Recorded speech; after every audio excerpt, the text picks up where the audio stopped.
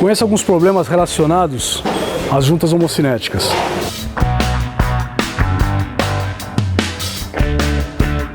Ao acelerar o veículo e esterçar o mesmo, e escutar uns estralos, né, uns cliquezinhos lá, isso são ruídos que vêm da junta fixa, é a junta homocinética do lado roda.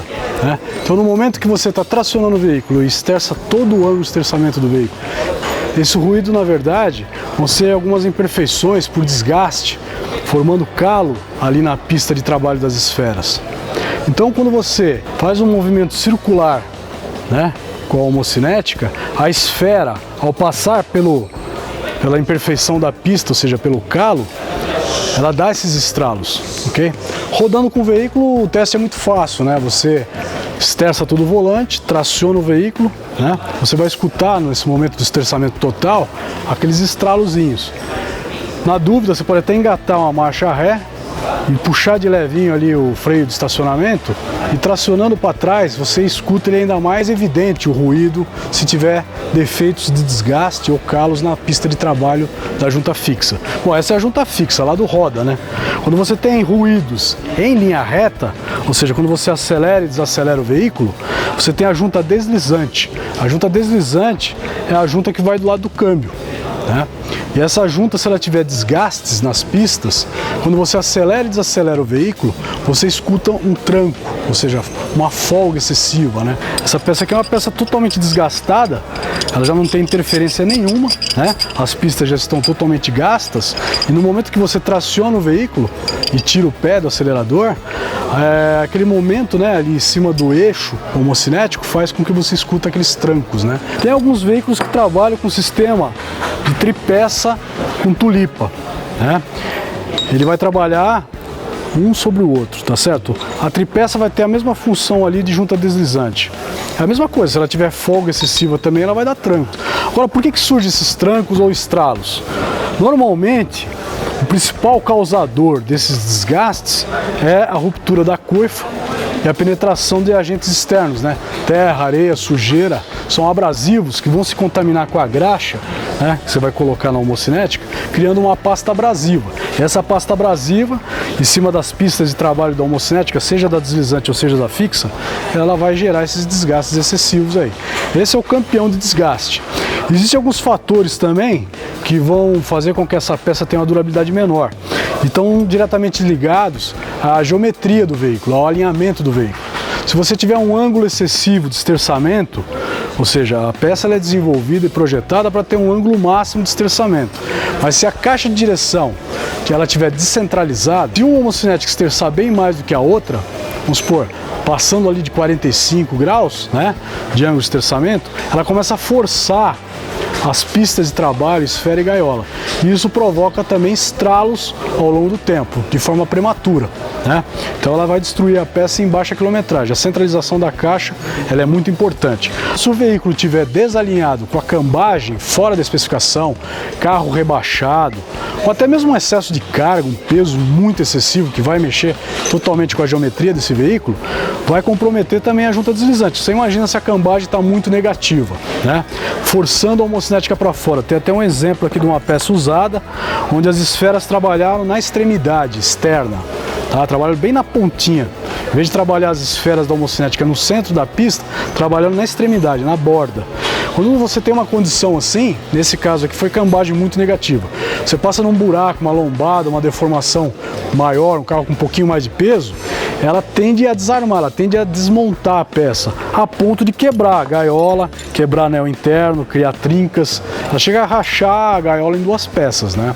Então é um tipo de fratura ocasionado por problema de geometria, no caso da deslizante. No caso da fixa, é o problema da centralização da caixa que vai influenciar diretamente com ela, certo? Tem outro problema também muito sério, que é ocasionado por excesso de torque, na hora da aplicação da peça, na hora de colocar a porca de fixação dela, o mecânico não utilizar um torquímetro adequado, né? Então você tem que ter um torquímetro, utilizar o torque indicado. Inclusive nós estamos mandando aqui junto com a peça uma tabela de torque com todos os torques das juntas homocinéticas fixas, né? E Para quê? Justamente para que não se exceda nesse torque. O torque excessivo aqui ele pode quebrar a peça aqui na região da rosca ou na região do spline, do entalhado.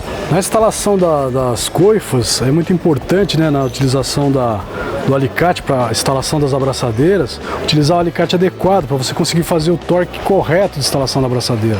É muito comum na oficina não ter o alicate correto, que a gente chama de alicate tipo ponte, né? O pessoal utiliza o quê? Usa uma truqueza, fazendo com que o torque aqui aplicado seja excessivo. E aí o que acontece? Você tem duas condições: se ficar pouco apertado, solta a coifa. E aí entra terra, areia, sujeira na peça, na homocinética. Se ficar muito apertado demais, ele vai romper, ele vai cortar, né? E aí você acaba perdendo a peça toda porque houve um excesso de torque na fixação, entendeu? Bom, o detalhe importante é o eixo homocinético. O eixo ele não pode ter empeno nenhum tipo de deformação. O entalhado tem que estar em perfeitas condições. Todas as vezes que você for fazer a reparação, o reparozinho deve ser substituído.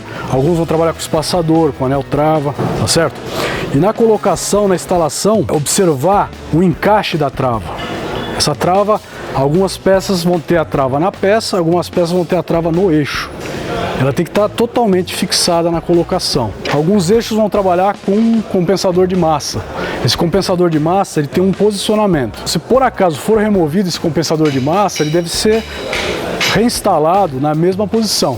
Se ele estiver fora de posição, isso afeta inclusive no balanceamento desse eixo, ok? Falando em eixo também, existe um detalhe importante. Tem alguns casos de veículos sinistrados por acidente, né, alguma batida, impacto, e é feita a reparação, né, de funilaria e pintura e de parte mecânica. Na reparação, o mecânico às vezes detecta que o eixo foi empenado, deformado, e aí é feita a substituição do eixo. É muito importante a verificação desse eixo quanto ao seu dimensional, seu comprimento total. Porque algumas linhas de veículo existem até 7, 6, 8 tipos de eixos com comprimentos diferentes. E esses dimensionais vão fazer com que a junta deslizante ela trabalhe descentralizada as suas esferas. E se ela trabalhar na extremidade, facilmente vai existir a ruptura da peça, a quebra da gaiola, quebra do anel interno, etc. No final dessa reparação, terminar verificando a geometria do veículo, verificando a cambagem, centralização de caixa de direção, etc. Bom, quanto à lubrificação da peça, é indicado 40 gramas de graxa na peça, 40 gramas de graxa na coifa, tá? Então na instalação, o tubo de graxa que vem de fábrica, né? Eu tenho tubos de 40 gramas, tenho tubos de 80 gramas. Normalmente é colocado 40 gramas, que seria mais ou menos a medida de um copinho plástico de café. É colocado 40 gramas de graxa na peça, 40 gramas de graxa na coifa, ok? Essa graxa é a base de bisulfeto de molibdênio com sabão de lítio. É uma graxa especial só para homocinética. E às vezes acontece na reinstalação de uma peça usada, né, o mecânico não ter lá a graxa adequada e pegar e colocar outro tipo de graxa para rolamento. As graxas que são vendidas aí no mercado para rolamento não são indicadas para homocinética, porque no composto não tem o bisulfeto de molibdênio, que suporta temperaturas altas, cargas elevadas, né? Então a graxa ela é muito importante, a quantidade de colocação é muito importante, tá certo?